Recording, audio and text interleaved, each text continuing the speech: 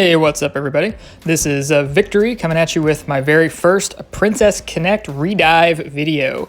I just downloaded the game through the pre-order, so it came in basically in the middle of the night last night.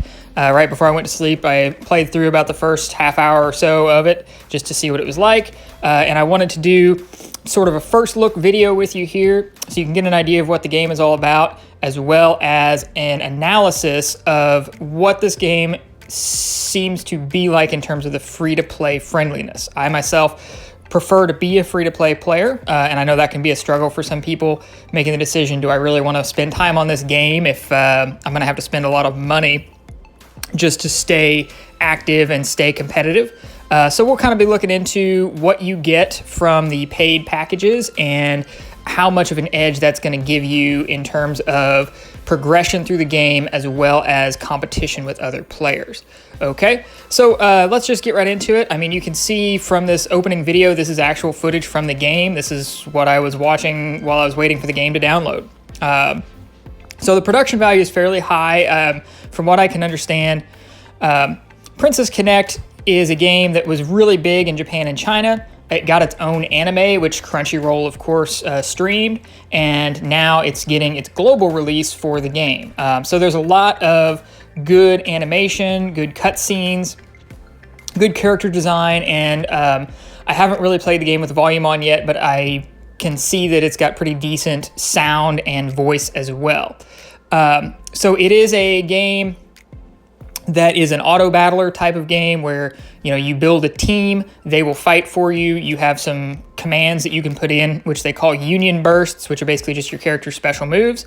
You can kind of see how the battles flow from the clip that just played. That's me doing my tutorial battle where, again, your girls just kind of fight for you once you set your team up, and then you can choose through inputs or set to auto their super moves. Basically, there's a small number of different heroes in the game compared to, say, one of your old style gacha games where you would have like 500 characters to collect. This one right now, I believe, has about 38. I could be mistaken on that number, but it's a small number, relatively speaking. And so the idea is that you recruit these girls, princesses, I think they call them, or whatever. You recruit them, and then you invest a lot of your resources into each one, and you use them strategically to clear various content. So the gameplay itself is pretty simple, but there's a lot of work that goes into optimizing and customizing your characters and then your teams, okay? So that's kind of how the game flows. If you like that sort of strategy and that sort of thinking, then this game is probably going to be a good fit for you. If you like the character designs, you like the cutesy anime style, then this game will probably be a good fit for you. The other thing that I have been told, and I really haven't played it much myself, so this is secondhand information, but what I've been told is that it is not a very time-intensive game. You will probably spend a decent amount of time on it early on as you're getting through all the tutorials and reading the story and watching the videos. However, once you get later on into the game, this would be probably about a 10 to 20 minute investment a day where you go in, you get your dailies, and then you can spend more time if you want, but you've done what you need to do on a given day. You know, I really don't see, like I said, it has a high production value, but I really don't see yet what really makes this game stand out from other games in its genre. So I'm looking forward to kind of getting into it and seeing kind of what makes it unique compared to other games like this, where it's like a team building auto battler type game. You know, it even has the side-scrolling motif, chibi characters. You know, we've all seen this kind of game before, I would think. So I'm looking forward to seeing what makes it unique and what sets it apart from the other games in this kind of a genre. But it definitely does have good production values. The comparison that I drew when I first started watching is, if you remember that game Epic 7, which I did used to play, where you've got a lot of cutscenes, you've got really high production values, all the characters have these animations that go with them. It's a lot like that, but the atmosphere is a lot more of a cutesy feel. You know, it's kind of light, kind of funny, where Epic 7 kind of tried to be more of a serious, dark fantasy. So this story seems to be more of that lighter tone than that game, but the production value seems pretty similar.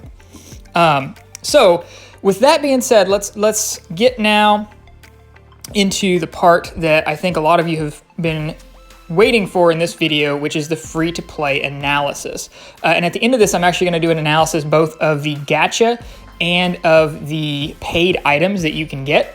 But basically, I'll just kind of lay it on the line. I would say that this game, well, let's lay out a spectrum first, right? So if you have free-to-play friendly, you think about games that are really free-to-play friendly, games that are really not. Let's use a scale of like, let's say Azure Lane is your most free-to-play friendly game. It's probably not the most, but it's really free-to-play friendly. You know, there's very little money required to do any of the content in the game. It's all pretty much cosmetics and just things like that. So that's like the Azure Lane business model, where it's extremely free-to-play friendly.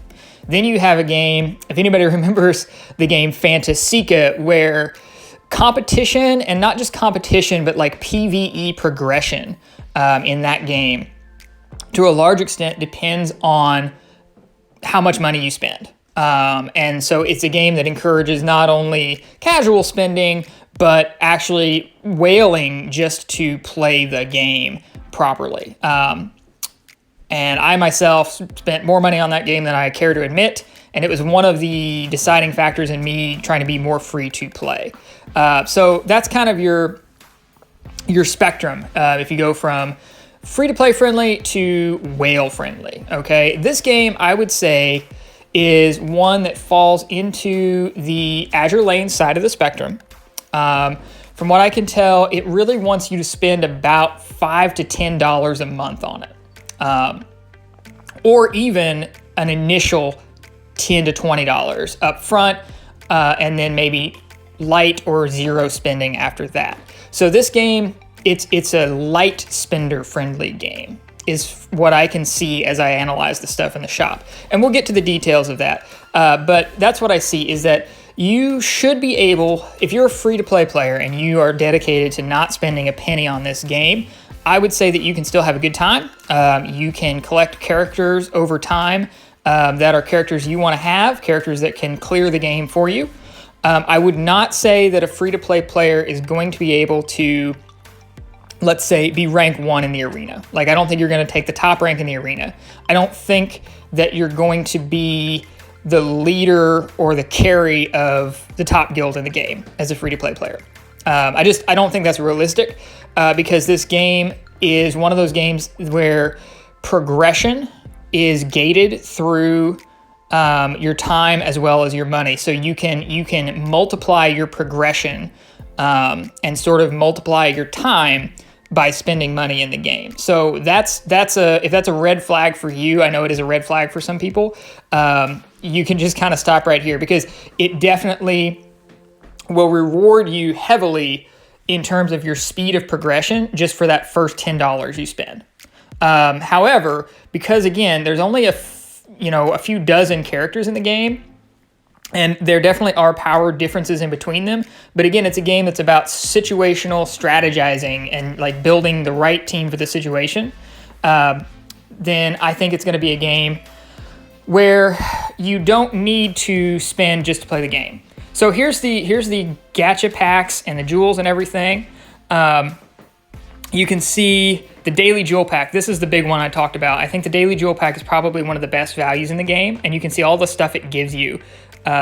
This is what I meant when I say you multiply your time by spending money. So you spend on this daily jewel pack, which you can see is $8 United States dollars, and this is all the stuff that you get for it. You can kind of read through everything there, but essentially it's a very high value pack that gives you gems and other resources every day to get premium characters as well as to progress through the game. So this spend right here multiplies your time by a lot. And then you can see prices for the other gems as well. You have things going up to an $80 deal, and if you do the math, the biggest package down at the bottom here is 5,500 jewels. A 10 pull is 1,500 jewels. So basically you get about 3.5 10 pulls for your $80. So I know the game does give out free gems, but that's a lot of money for 3 10 pulls, in my opinion. So again, it's a good thing there's not a lot of characters in the game. Okay, so here's some things about the gacha info. as well as we're going to go through the draw rates. And so you can kind of compare those rates to, again, on a spectrum, like I think Fate Grand Order has like a 1% or 0.5% drop rate. I don't know what it is. I don't play that game. Azure Lane has like a 7% drop rate. This one falls in to the middle, I would say. And you'll see that here when we get to the draw rates. But I believe the draw rate for a premium character, which is a 3-star starting character, there you go, 2.5% for the highest rarity. So on a draw 10, every draw and in that 10 draw has a 2.5% chance of being a 3-star character. And then because it's a draw 10, you get a 2 or 3 guaranteed on the 10th, but that drop rate remains the same. You don't lose your 2.5% chance on the 10th draw just because there's a guaranteed 2-star. So that's a good thing. And I feel like 2.5% is reasonable. Then Divine Amulets, which is, this game is one of those games where you want to have multiple copies of a unit. And they turn into Divine Amulets when you get the multiple copies. That's what that's all about. And then here's kind of your character pool. Again, it's not a whole lot of characters. And you can see that any given 3-star, their rates are pretty much equal. I think one of them rounded up at the last decimal point. You go down to the bottom, and it's pretty much the same on the 10 polls as well. So that's the gacha analyzed. I would say this is a okay gacha. Nothing about it screams to me that it's, you know, a really unfriendly gacha. And nothing about it screams to me that I'm going to be rolling in premium units right off the bat. So overall, like I said, the main red flag that I see in the game is that you can essentially buy progression with your money. But the gacha seems okay. The pool of characters seems small enough that you will probably get a lot of them just by pulling with your free gems. So I would say overall, I would give this game about a 7 out of 10 in terms of free-to-play friendliness. And it seems pretty enjoyable. So like I said, I will be doing more videos on this game and plan to keep playing it. And I hope that you do as well. So please like and subscribe if you enjoyed this video and come back for more information, guides like this. Thanks a lot.